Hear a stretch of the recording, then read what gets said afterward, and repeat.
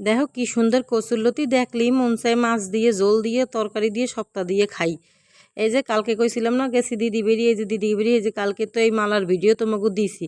আর দেখতে যে কি সুন্দর দেখায় মালাগুলো, মোর ইচ্ছা করে মুই যে কয় ছড়া লইয়ে মো ভাবছিলাম, কিন্তু এক ছড়াও আনতে পারিনি এই বৃষ্টির ঠেলায়। তাই এরপর হনো এই যে কত সুন্দর সুন্দর মালা ওরা বানাইছে। এই যে কালকে মুই গেছিলাম দিদি বেরি, তাই প্রথমেই তোমাকে দাদাই মোরে পয়সা রাত পর্যন্ত দিয়েছিল। হ্যাঁ এরপর যাইয়ে মুই দিদির জামা কাপড় পরে যাওয়া ধরছিলাম কচুরলতি কাটতে ওকে বইতে।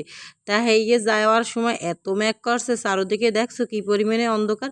মোরা অর্ধেক পর্যন্ত যাইয়ে আর যাইনি, এরপর আবার ফেরত আইছে এই বিকেলবেলা। ফেরত আইয়ে পরের দিন সকালবেলা আবার গেছে। এই দেখো কি সুন্দর বেল হয়েছে ওগো গাছে, আর কি সুন্দর কুমড়া লাউ ওই রয়েছিল। অবশ্য এগুলো সব বুড়ো হয়ে গেছিলো, এগুলো হলো বীজ রাখার জন্য। তাই এর লেগে আর মোরা কেউ কাজি কুজি নেই, থুই দিছি ওরমই। আরও অনেক আছে আইলে, কিন্তু বৃষ্টির কারণে ইসের কারণে সময়ের অভাবে যাওয়া হয় নাই।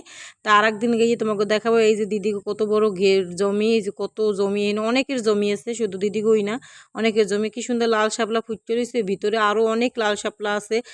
ওইদিকে যাওয়ার সময় নাই, কারণ এত পরিমাণে মেঘ করছে, চারদিকে মোবাইলের ক্যামেরায় বোঝা যায় প্রচুর পরিমাণে মেঘ করছে। তারপর চলেইছি। আর মেঘ বৃষ্টি তো এইসব যাওয়া জায়গা যাওয়াও রিক্স, অনেক রিক্স, সেই লেগে মোরা যাইনি। তো এরপর পরের দিন সকালে আবার আই পড়ছি বৃষ্টি, পরে আবার একটু বৃষ্টি ছিল, এরপরে একটু থামছে পর। এরপর আবার আই পড়ছি কচুরলতি কাটতে। এই যে এই কচুরলতিগুলো কাটিয়ে লইতেছি, এই যে ছোট বই নো কচুরলতি কাটতেছে, কি যে সুন্দর কচুরলতিগুলো দেখো।